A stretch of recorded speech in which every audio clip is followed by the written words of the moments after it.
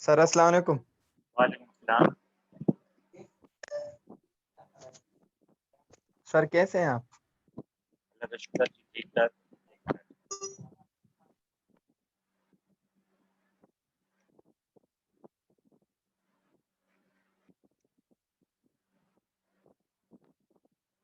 कर की थी जो नंबर थ्योरी की बुक है हमारे पास बीएससी में जो मैथमेटिक्स जो बीएससी तो अब खत्म हो चुकी है हमारे मुल्क में, लेकिन इससे पहले बीएससी में भी यही बुक फ़ॉलो की जाती थी और अभी भी हम इसी बुक को नंबर थ्योरी के लिए फ़ॉलो करते हैं। छोटी-सी एक बुक है और इसके अलावा ये हम अपने जो इस बुक का चैप्टर नंबर 2 कर रहे हैं, चैप्टर नंबर 2 कर रहे हैं और आज इसकी हम पहली एक्सरसाइज़ करेंगे इस बुक की, ठीक है? इस बुक का कौन-सा पेज है वो मैं आपको देखकर बता दूँगा कि ये कौन-सा पेज नंबर की एक्सरसाइज़ है। तो उस एक्सरसाइज़ के आज हम क्वेश्चन्स करेंगे, ठीक है?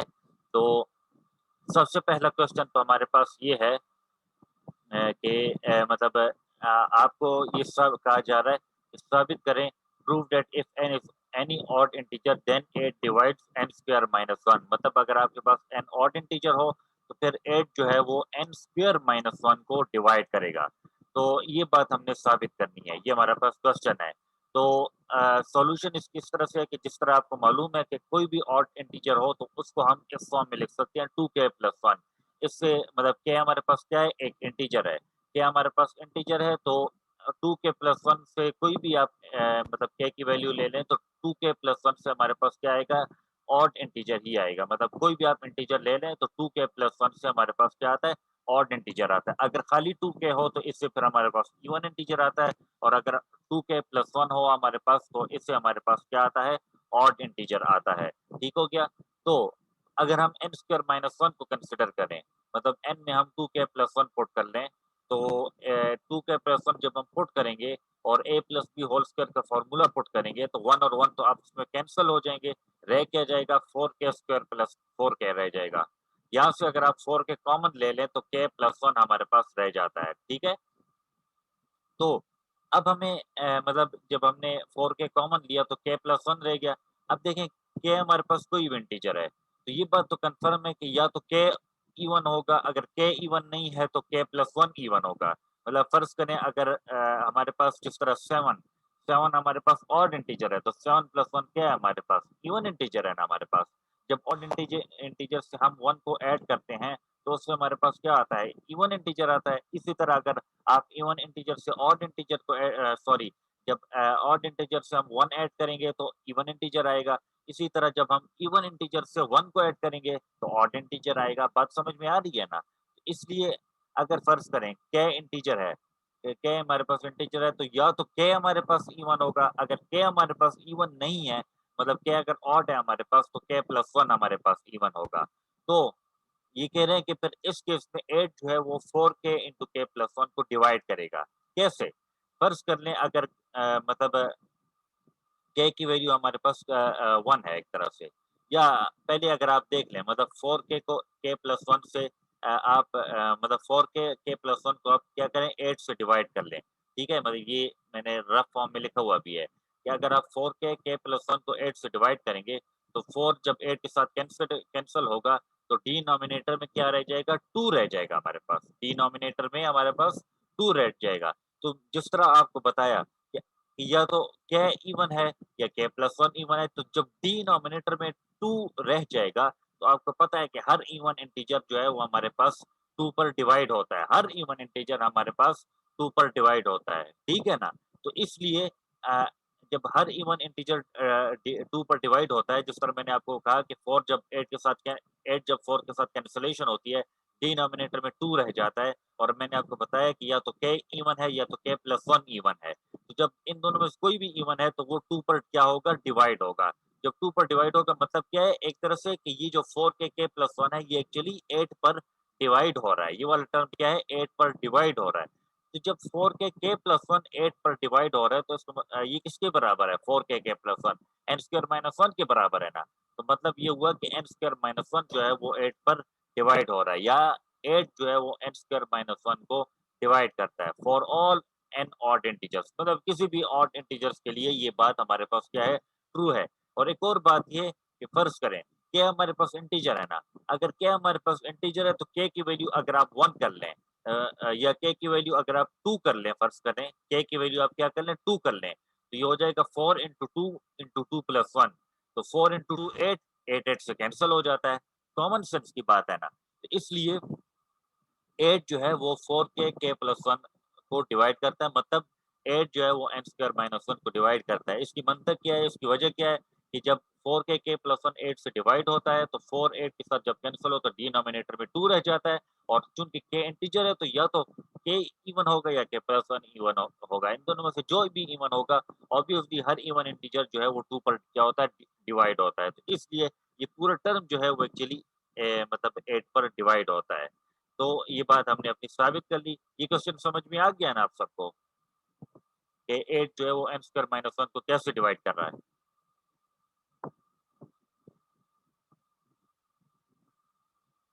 मेरी आवाज़ आप सबको आ रही है? Yes sir. ये क्वेश्चन समझ में आया आप सबको? सर सर जरा दोबारा समझा दें सर ये क्वेश्चन। देखें पहले ज़रा आप देखें इसको ना कि ये कह रहा है आपको कि अगर n कोई भी ऑड इंटीजर है तो आप साबित करें कि 8 जो है वो n स्क्वायर माइनस 1 को डिवाइड करता है, या n स्क्वायर माइनस 1 जो है वो 8 पर डिवाइड होता है। तो हर ऑड इंटीजर आपको पता है किस फॉर्म में होता है, 2k प्लस 1 फॉर्म में होता है, क्योंकि k कोई भी इंटीजर है। इवन इंटीजर हमारे पास 2k की फॉर्म में होता है और ऑड इंटीजर हमारे पास 2k प्लस 1 की फॉर्म में होता है, क्योंकि k को आप कोई भी वैल्यू देंगे इंटीजर्स में से तो इससे हमारे पास क्या आएगा, ऑड इंटीजर आएगा। ऑड इंटीजर आएगा 2k प्लस 1 से हमारे पास क्या आएगा, ऑड इंटीजर आएगा। ये तो आपको समझ आई होप क्लियर होगा ना, क्योंकि आप k को कोई भी वैल्यू देंगे ना तो आपके पास 2k प्लस 1 से क्या आएगा, ऑड इंटीजर ही आएगा। तो जब n स्क्वायर माइनस 1 आप कंसिडर करें, जब n स्क्वायर माइनस 1 जब आप कंसिडर करते हैं तो n की वैल्यू आप पुट कर लें 2k plus 1, 2k plus 1 put कर लें, a plus B whole square का फॉर्मूला अप्लाई कर लें, रह क्या जाएगा हमारे पास, रह जाएगा हमारे पास 4k square plus 4k plus 1 minus 1, 1 1 cancel, आपके पास आ जाएगा 4k स्क्वायर प्लस 4k। आप कॉमन ले लें, आप ऐसा कर लें कॉमन ले लें 4k को, तो जब 4k कॉमन लेंगे तो k प्लस 1 हमारे पास बच जाता है, ठीक है। तो 4k और k प्लस 1 जब हमारे पास बच गया, तो देखिए जब आपको कहा गया है कि k हमारे पास कोई भी इंटीजर है तो ये बात तो कंफर्म है, या तो k इवन इंटीजर होगा, अगर k इवन नहीं है तो k प्लस 1 हमारे पास इवन इंटीजर है। तो देखें राइट साइड पर आप देखें यहाँ पर मैंने लिखा हुआ भी है कि जब आप 4k इंटू k प्लस 1 को 8 पर डिवाइड करेंगे, 4 कैंसिल हो जाएगा 8 के साथ, तो डिनोमिनेटर में 2 रह जाएगा, डिनोमिनेटर में 2 रह गया। तो अब देखें आपको बताया हुआ कि या तो k इवन है या k प्लस 1 इवन है, तो जो भी इवन है, जो भी इवन है, अब डिनोमिनेटर में तो 2 रह गया जब 4 को 8 के साथ हमने कैंसिल कर दिया, तो जो भी मतलब इसको अगर आप और भी आसान करके करें, एक मिसाल के तौर पर मैं आपको इसमें बताता हूँ।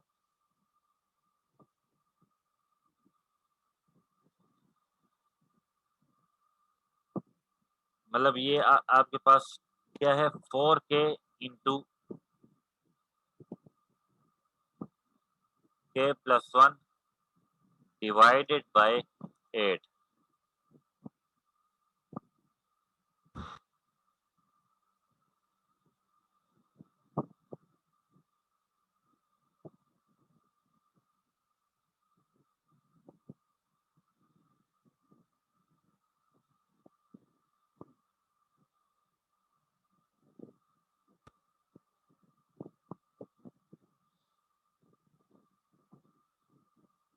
ये आप देखें आप लोग एक तरफ से 4k into k plus 1 divided by हमारे पास 8 है, ठीक है। तो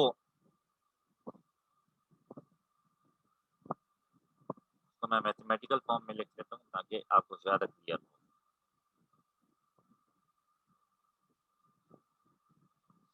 तो देखिए पहली बात तो कंफर्म कि 4 जब 8 के साथ कैंसिल होगा तो ये हमारे पास क्या रह जाएगा, ये हमारे पास रह जाएगा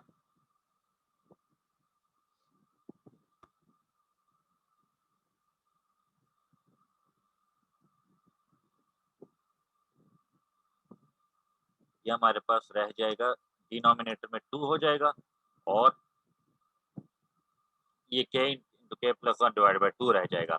अब फर्ज करें के की वैल्यू अगर 1 है, फर्ज करें के हमारे पास इंटीजर है, तो के की वैल्यू जब 1 है और यहाँ पर भी हम के की वैल्यू 1 पुट करेंगे, तो 1 इंटू 1 प्लस 1 2, ठीक है, 1 इंटू 1 प्लस 1 2। तो देखें ये हमारे पास फिर क्या आ जाएगा, एक तरह से ये हमारे पास आ जाएगा एक्चुअली 1 के बराबर आ जाएगा, ठीक है ना, क्योंकि 2 के साथ कैंसिल हो जाएगा, मतलब कंप्लीट डिवीजन हो रही है।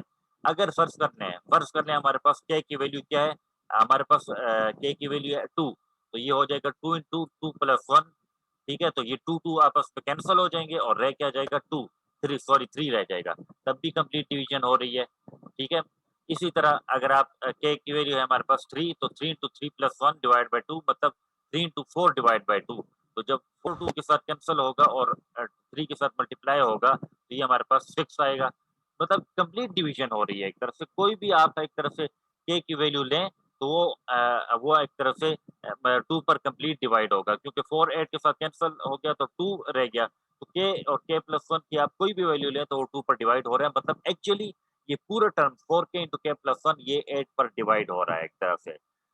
ये मतलब एक तरह से 8 पर डिवाइड हो रहा है। जब ये 8 पर डिवाइड हो रहा है तो मतलब क्या हुआ कि ये तो एक्चुअली एन स्क्वायर माइनस 1 के बराबर है ना, ये एन स्क्वायर माइनस 1 के बराबर है, तो एक्चुअली एन स्क्वायर माइनस 1 जो है वो 8 पर डिवाइड हो रहा है, मतलब क्या है कि 8 जो है वो एन स्क्वायर माइनस 1 को डिवाइड कर रहा है, ठीक है ना। अब आई होप अब आपको ये बात जरा क्लियर हुई होगी। ये सिंपल क्वेश्चन है, कोई मुश्किल नहीं है। थोड़ा आप कॉमन सेंस जरा इस पर जोर दें इस पर जरा, ठीक है ना।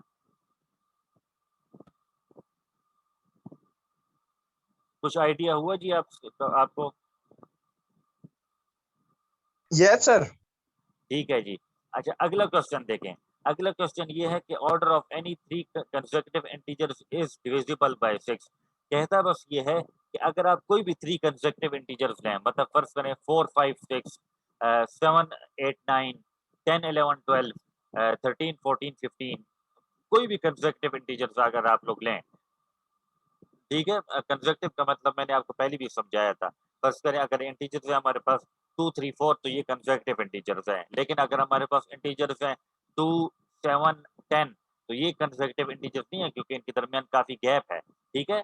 तो फर्ज करें कोई भी इंटीजर है 1 2 3 आप ले लें, ये कंसेक्यूटिव इंटीजर है। आप 7 8 9 ले लें, कंसेक्यूटिव इंटीजर है। आप ले लें 20 21 22 तो ये कंसेक्यूटिव इंटीजर्स है। लेकिन अगर आप लेते हैं 10 20 30 तो ये कंसेक्यूटिव इंटीजर्स नहीं है हमारे पास। तो कहते हैं कि अगर आप कोई भी कंसेक्यूटिव इंटीजर्स लें तो वो 6 पर डिवाइड होंगे, डिविजिबल होंगे, मतलब 6 जो है वो एक तरफ से कि आप कोई भी तीन कंसेक्यूटिव इंटीजर्स के प्रोडक्ट को ले लें, कोई भी 3 कंसेक्यूटिव इंटीजर्स के प्रोडक्ट आप ले लें, तो 6 उनको क्या करता है, डिवाइड करता है। सिर्फ ये बात आपने साबित करनी है। मतलब फर्ज करें अगर हमारे पास, वैसे जनरली अगर हम इसको इस तरह देखते हैं, मैथमेटिकल पॉइंट ऑफ व्यू से देख लें, अगर आप देखें चलें 3 नेगेटिव इंटीजर्स हम लेते हैं 2 इंटू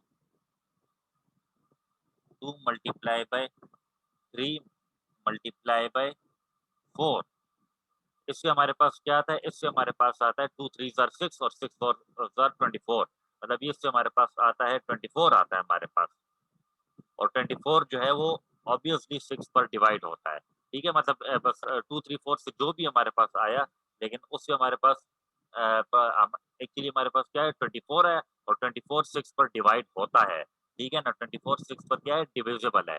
अगर फर्स्ट करें आप ले लें 3 4 और 5, तो 3 4 जार 12 और 12 5 जार 60, ठीक है। तो ये 60 हमारे पास आता है, और 60 भी 6 पर डिवाइड होता है, ठीक है ना। कहने का मकसद ये है कि आप कोई भी 3 कंसेक्यूटिव इंटीजर्स लें, उनको मल्टीप्लाई करें तो वो 6 पर क्या होंगे, डिवाइड होंगे। लेकिन ये बात हमने जनरली साबित करनी है, ये तो मैं आपको पार्टिकुलरली बता रहा हूँ कि अगर आप 3 4 5 लें तो 3 4 जार 12 12 5 जार 16 और 60, तो 60 को 6 पर हमारे पास डिवाइड होता है। आप चलें दोबारा, आप 4 ले लें, आप 5 ले लें, और आप 6 ले लें, ठीक है। तो 4 5 आर 20 और 26 आर 120, और मतलब 120 हमारे पास इनसे आता है, और 120 भी 6 पर डिवाइड होता है। लेकिन ये बात हमने जनरली साबित करनी है कि आप कोई भी 3 कंसेक्यूटिव इंटीजर्स लें, उनका प्रोडक्ट लें, तो उनका प्रोडक्ट जो है वो हमारे पास क्या होता है, 6 पर डिविजिबल होता है, ठीक है। ये बात हमने जनरली साबित करनी है।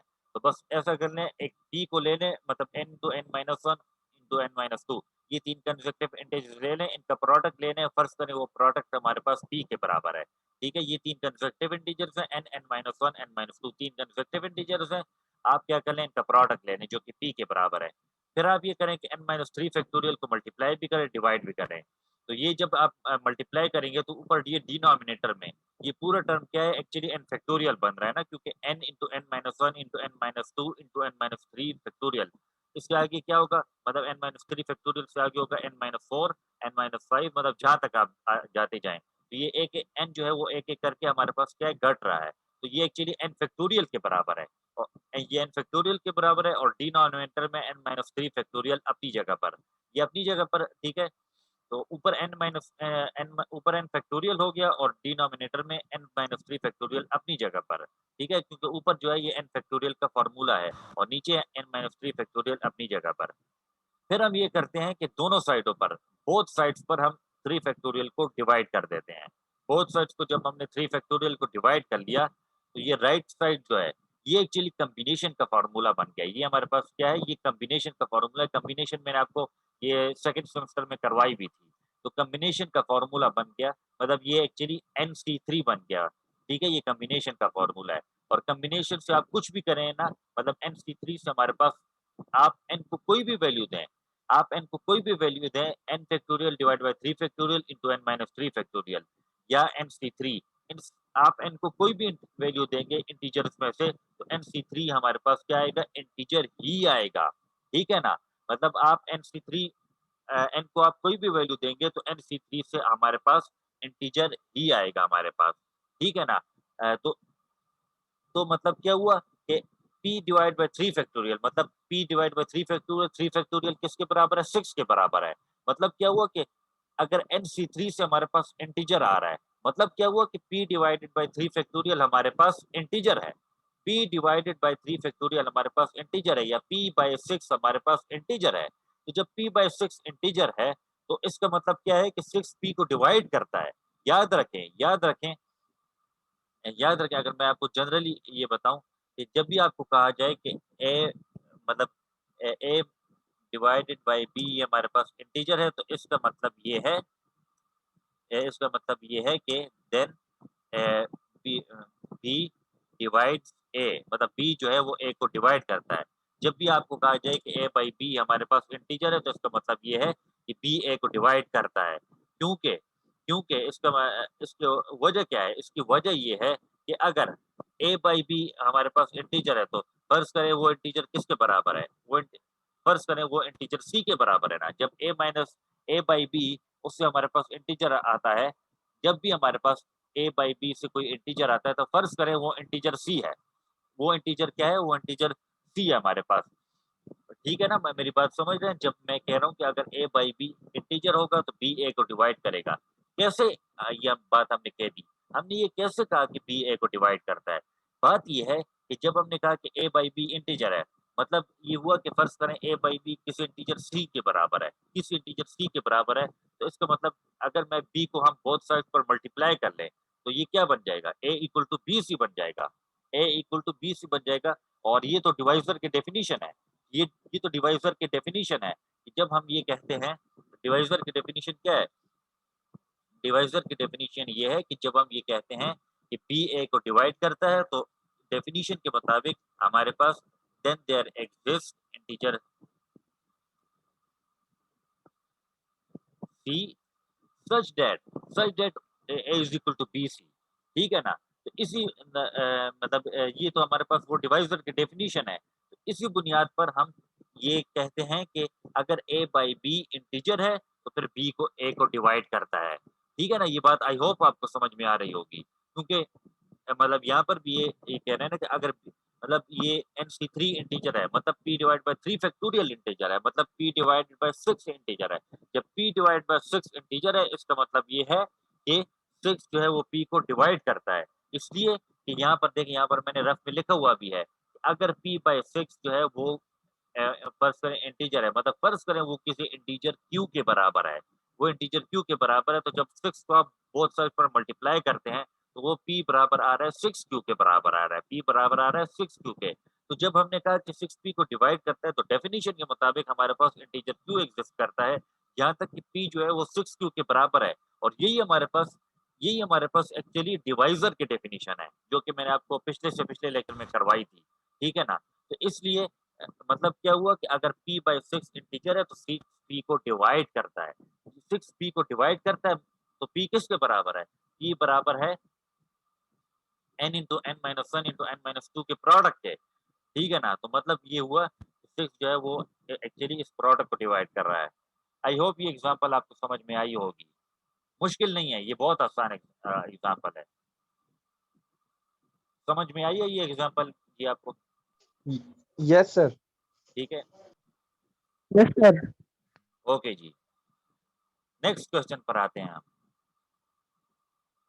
नेक्स्ट क्वेश्चन ये कहता है कि शो डैट है। एक और बात ये कि इसको ये मैंने थोड़ा हाईलाइट करके लिखा है, लेकिन ये एक्चुअली ऑड है, ठीक है। एवरी ऑड इंटीजर, ये एवरी और इंटीजर के दरमियान ऑड है, ठीक है। तो क्वेश्चन ये तीसरा क्वेश्चन एक्चुअली कह रहा है कि तीसरा क्वेश्चन एक्चुअली हमें ये कह रहा है आप साबित करें कि हर तरह का ऑड इंटीजर, किसी भी तरह का ऑड इंटीजर, वो या तो फोर एन माइनस वन की शक्ल में होगा या फोर एन प्लस वन की शक्ल में होगा। एन है, इसमें हमारे पास क्या है, कोई भी एक इंटीजर है, कोई भी एक इंटीजर है। हमने साबित क्या करना है कि हमारे पास इस कायनात में कोई भी ऑड इंटीजर है, या तो वो इस फॉर्म में होगा, four n minus one form में होगा, या वो हमारे पास four n plus one form में होगा। इस बात को हमने जनरली साबित करना है।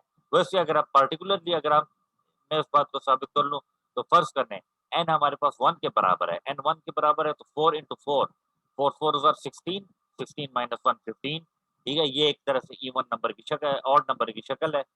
अगर एन 1 के बराबर ही है तो सॉरी एन 4 के बराबर है, फर्ज कर लें एन 4 के बराबर है, तो 4 4 16 और 16 प्लस 1 17, या n अगर 1 के बराबर है तो 4 1s are 4, 4 minus 1 it's 3 which is an odd integer। n 1 के बराबर है तो 4 1s are 4 plus 1 5 which is again an odd integer। मतलब कोई भी odd integer या तो इस 4n minus 1 शक्ल में लिखा जाएगा या 4n plus 1 में शक्ल में लिखा जाएगा। इस बात को हमने जनरली साबित करना है। पहले इसके लिए हम यूक्लिड्स थ्योरम के इस्तेमाल करेंगे। यूक्लिड्स थ्योरम ये कहता है कि अगर बी हमारे पास पॉजिटिव इंटीजर, और पिछली क्लास में करवाया था मैंने आपको, बी अगर हमारे पास पॉजिटिव इंटीजर हो, ए और बी कोई भी इंटीजर्स हो, तो हमारे पास एक क्यू और आर इंटीजर एग्जिस्ट करेंगे, यहाँ तक कि ए जो है वो बी क्यू प्लस आर के बराबर होता है। क्यू हमारे पास कोशेंट होता है और आर हमारे पास रिमाइंडर होता है, और रिमाइंडर की वैल्यू जो है वो 0 से बड़ी या उसके बराबर होती है और इस बी से छोटी होती है, ठीक है ना। तो हम क्या करते हैं, हम फर्ज कर लेते हैं कि b जो है वो हमारे पास 4 के बराबर है।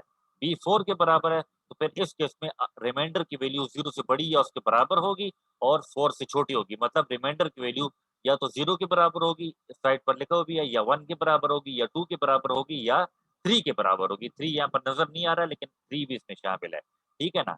तो अगर रिमाइंडर की वैल्यू 0 के बराबर है तो फिर ए और बी जो है वो हमने 4 के बराबर लिया हुआ है, और रिमाइंडर अगर 0 के बराबर है तो ए बराबर होगा 4q प्लस 0 के। अगर रिमाइंडर 1 के बराबर है तो ए बराबर होगा 4q प्लस 1 के। अगर रिमाइंडर हमारे पास 2 के बराबर है तो ए बराबर होगा 4q प्लस 2 के। अगर रिमाइंडर 3 के बराबर है तो ए बराबर होगा 4q प्लस 3 के, ठीक है ना। तो इनमें हम 4q प्लस 2 को और 4q को स्किप करते हैं। क्यों स्किप करते हैं? क्योंकि 4q प्लस 2, क्यू भी हमारे पास इंटीजर है, तो क्यू को आप कोई भी वैल्यू देंगे तो 4q प्लस 2 हमारे पास इवन इंटीजर आएगा। मतलब देखें, फर्ज करें क्यू को आप 1 दे दें तो 4 4 1s are 4 और 4 plus 2 it's 6 which is an even integer. इसी तरह क्यू को अगर आप 1 वैल्यू दे दें तो 4 1s are 4, क्यू को आप 2 देते हैं तो 4 2s are 8। मतलब 4q और 4q प्लस 2, इससे तो हमेशा हमारे पास इवन इंटीजर्स आएंगे। तो इन दोनों को तो हम क्या कर लेते हैं, इन दोनों को हम स्किप कर लेते हैं, इग्नोर कर लेते हैं। हम अब देखते हैं 4q प्लस 1 को ले लेते हैं और 4q प्लस 3 को हम ले लेते हैं, ठीक है ना। क्योंकि यहाँ पर हमने ऑड इंटीजर्स को डिस्कस करना है, इवन को नहीं डिस्कस करना है, इसलिए हमने 4q और 4q प्लस 2 को हमने क्या किया, स्किप कर दिया। तो अगर आप 4q प्लस 1 ले लें, यहाँ पर q हमारे पास कोई भी इंटीजर है, जनरल आर्बिट्ररी इंटीजर है, तो इसलिए हम q को n से रिप्लेस कर लेते हैं, क्योंकि q जो है वो हमारे पास कोई भी हमारे पास अपनी मर्जी का एक और आर्बिट्ररी इंटीजर है, ठीक है। आर्बिट्ररी इंटीजर है तो n से हम रिप्लेस कर सकते हैं, ठीक है। तो ये जब हम n को से रिप्लेस कर दिया, ये तो 4n+1 आ गया, मतलब 4q+1 से हमारे पास क्या आता है। पहली बात तो ये कि 4q+1 से हमारे पास ऑड इंटीजर ही आएगा। ऑड इंटीजर क्यों आता है हमारे पास? ऑड इंटीजर हमारे पास इसलिए आता है कि फर्ज करें अगर q को आप 1 दे दें तो 4 1s are 4 और 4+1 इट्स 5। तो q तो कोई भी इंटीजर है, तो ठीक है। मतलब पहली बात तो ये है कि 4q+1 और 4q+3 ये ऑड इंटीजर्स की फॉर्म है, ठीक है। 4q+1 और 4q+3 ये ऑड इंटीजर्स की फॉर्म है। q को आप कोई भी वैल्यू देंगे तो इससे हमारे पास ऑड इंटीजर ही आएगा, इससे हमारे पास ऑड इंटीजर ही आएगा। 4q+1 से भी ऑड इंटीजर आएगा, 4q+3 से भी ऑड इंटीजर आएगा। कैसे आएगा वो मैं आपको काफी एग्जांपल से समझा चुका हूँ, लेकिन हमने तो ये साबित करना है कि ऑड इंटीजर की फॉर्म यहाँ पर या तो 4n+1 होगी या 4n-1 होगी। तो अब q तो कोई भी ऑड इंटीजर है, कोई भी ऑड इंटीजर है, तो q को अब हम n से रिप्लेस कर सकते हैं। मतलब ऑड इंटीजर की पहली फॉर्म 4n+1 साबित हो रही है, हमने अब इसे 4n-1 साबित करना है, तो उसके लिए हम 4q+3 को कंसिडर करते हैं। 4n+1 तो हमने साबित कर दिया कि ये ऑड इंटीजर की फॉर्म बनती है। हम अब इसे 4n-1 के लिए साबित करते हैं, तो उसके लिए हम 4q+3 को कंसिडर करते हैं। 4q+3 को ले लें, 4q+3 के साथ आप 1 ऐड भी कर लें, सब्ट्रैक्ट भी कर लें, तो ये बनता है हमारे पास 4q+4-1, ये बनता है ना हमारे पास। 4q+4-1 हमारे पास बनता है।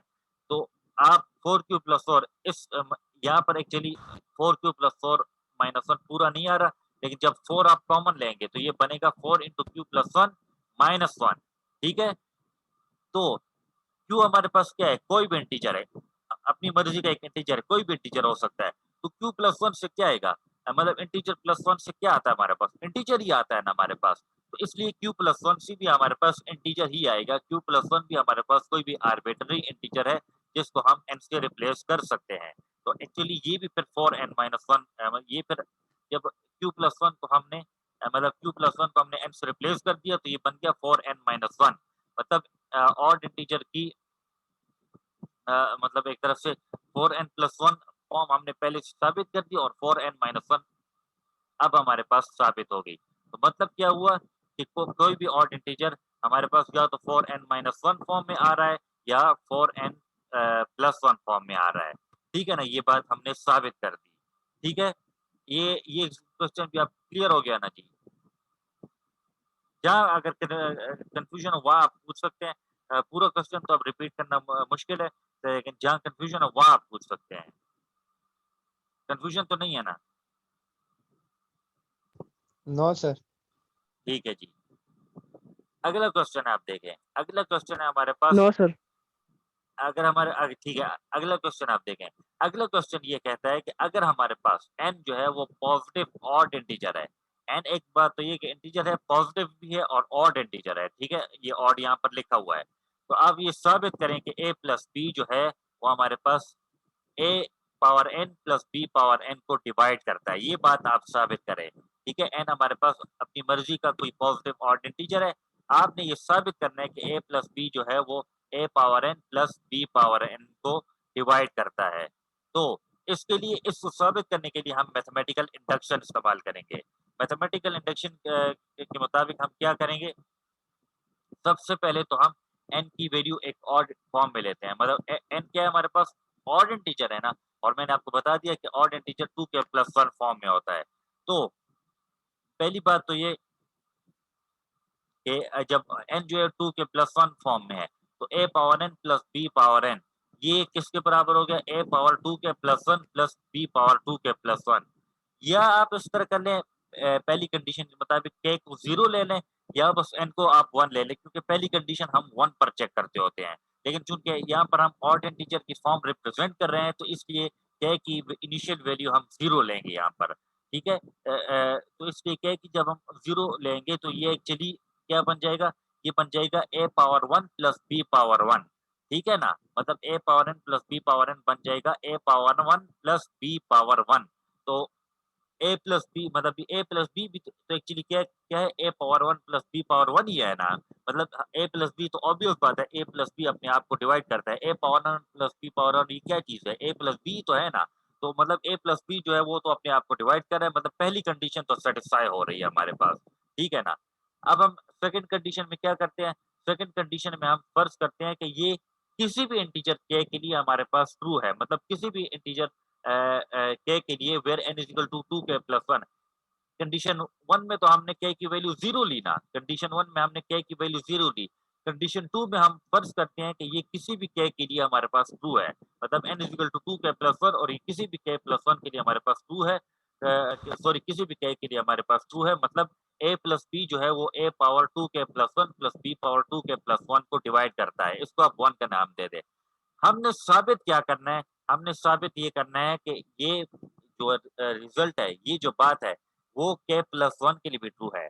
हमने फ़र्ज़ कर लिया कि ये बात जो है वो k के लिए ट्रू है, हमने अब इस बात को k प्लस 1 के लिए भी ट्रू साबित करना है। मतलब यहाँ पर हम इस बात को n is equal to 2k plus 1 के लिए ट्रू साबित करेंगे। ठीक है ना?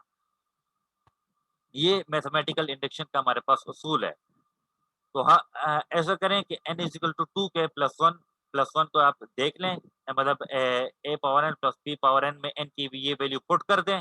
पुट करेंगे तो ये बनेगा a power 2k plus 2 plus 1 plus b power 2k plus 2 plus 1।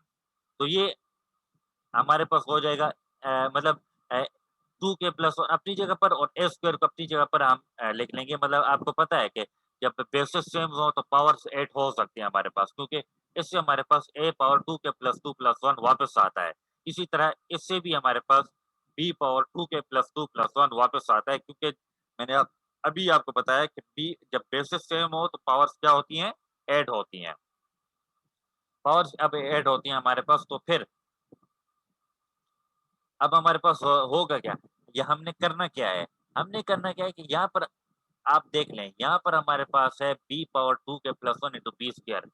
यहाँ पर हम ये करते हैं कि b पावर 2 के प्लस 1 के साथ a स्क्वायर मल्टीप्लाई करते हैं और इसको ऐड और सब्ट्रैक्ट करते हैं। ये हमने क्यों किया? ये हमने अपना नतीजा साबित करने के लिए किया, अपने रिजल्ट को हमने प्रूव करने के लिए किया। हमने ये बात साबित करनी है कि a प्लस b जो है वो a पावर 2 के plus 1 plus 1 plus b power 2 के प्लस 1 को डिवाइड करता है। ये बात हमने साबित करनी है। तो हमने क्या किया? b पावर 2 के प्लस 1 इंटू a स्क्वायर को ऐड भी किया और सब्ट्रैक्ट भी कर लिया। तो जब हमने सब्ट्रैक्ट किया तो यहाँ से अब आप देखें, यहाँ से हम ए स्क्वायर को कॉमन ले सकते हैं। जब हम कॉमन लेंगे तो ये ए पावर 2 के प्लस 1 बनता है और बी पावर 2 के प्लस 1 बनता है। और यहाँ से हम बी पावर 2 के प्लस 1 कॉमन ले सकते हैं, जिससे हमारे पास बनता है बी स्क्वायर माइनस ए स्क्वायर। तो देखिए पहली बात तो ये कि अज़म्पशन के मुताबिक मतलब कंडीशन 2 के मुताबिक ए पावर 2 के plus 1 plus B power 2 plus 1 को ए प्लस बी डिवाइड करता है। और और जो a प्लस बी जो है वो बी स्क्वायर माइनस ए स्क्वायर को भी डिवाइड करता है। क्यों डिवाइड करता है? इसलिए डिवाइड करता है कि बी स्क्वायर माइनस ए स्क्वायर से हमारे पास आता है बी प्लस ए इंटू बी माइनस ए। बी प्लस ए इंटू बी माइनस ए ये हमारे पास आता है। ठीक है ना? तो बी प्लस ए ये एक्चुअली क्या है? ए प्लस बी है ना हमारे पास। तो मतलब कहने का ये है कि यहाँ पर मैं लिख लेता हूँ ए स्क्वायर माइनस बी स्क्वायर ये बराबर आएगा ए प्लस बी इंटू ए माइनस बी के। तो इस टर्म को अगर आप मतलब इस टर्म को अगर आप ए प्लस बी से डिवाइड करें तो बिल्कुल ये ए प्लस बी से डिवाइड होता है। क्यों डिवाइड होता है कि ए प्लस बी और ए प्लस बी तो कैंसिल हो जाते हैं, तो हमारे हमारे पास एक वैल्यू ए प्लस ए माइनस बी आ रही है, मतलब कंप्लीट डिवीजन हमारे पास होती है। तो ए प्लस बी जो है वो ए प्लस बी जो है वो ए पावर ए प्लस बी जो है वो ए पावर 2 के प्लस 1 प्लस बी पावर 2 के प्लस 1 को भी डिवाइड करता है और ए प्लस बी जो है वो बी स्क्वायर माइनस ए स्क्वायर को भी डिवाइड करता है। तो मैंने आपको ये 2 हफ्ते पहले एक रिजल्ट बताया था। वो क्या बताया था कि अगर इंटीजर ए बी को डिवाइड करे और इंटीजर ए सी को डिवाइड करे तो फिर integer A B X plus C Y को भी डिवाइड करेगा, जिसमें एक्स और वाई क्या है ये भी हमारे पास इंटीजर्स हैं। तो इसको आप मतलब ये जो वैल्यू है इसको आप बी का नाम दे दें और इसको आप सी का नाम दे दें। तो ए जब बी और सी को डिवाइड करता है और इसको आप फिर एक्स का नाम दे दें और एक्स को आप वाई का नाम दे दें। तो ऑब्वियसली जब इंटीजर ए बी और इंटीजर सी को डिवाइड करता है तो फिर integer A B X plus C Y को भी डिवाइड करता है। तो मतलब क्या हुआ कि ए प्लस बी जो है वो हमारे पास इस पूरे टर्म को डिवाइड करता है। इस पूरे टर्म को डिवाइड करता है और ये मतलब क्या हुआ? ये जो बात है वो एक्चुअली k+1 के लिए भी ट्रू है। हमने फ़र्ज़ किया था कि ये बात k के लिए ट्रू है और हम इसको k+1 के लिए भी ट्रू साबित कर रहे हैं। मतलब क्या हुआ कि ये बात जनरली ट्रू है। इसलिए a प्लस b जो है वो a power n plus b power n को डिवाइड करता है हमारे पास। ठीक हो गया? तो ये क्वेश्चन 4 भी हमने साबित कर लिया एक तरह से। ठीक है? बच्चे क्लियर है ना ये question? Yes sir. Yes, sir.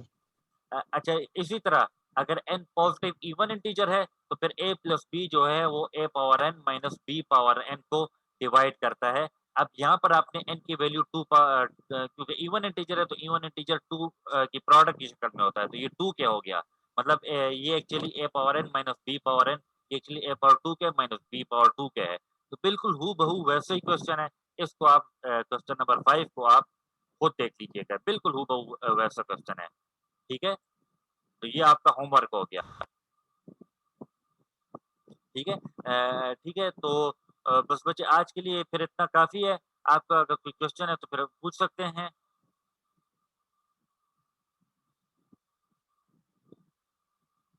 जी, क्वेश्चन आपका है? No, sir.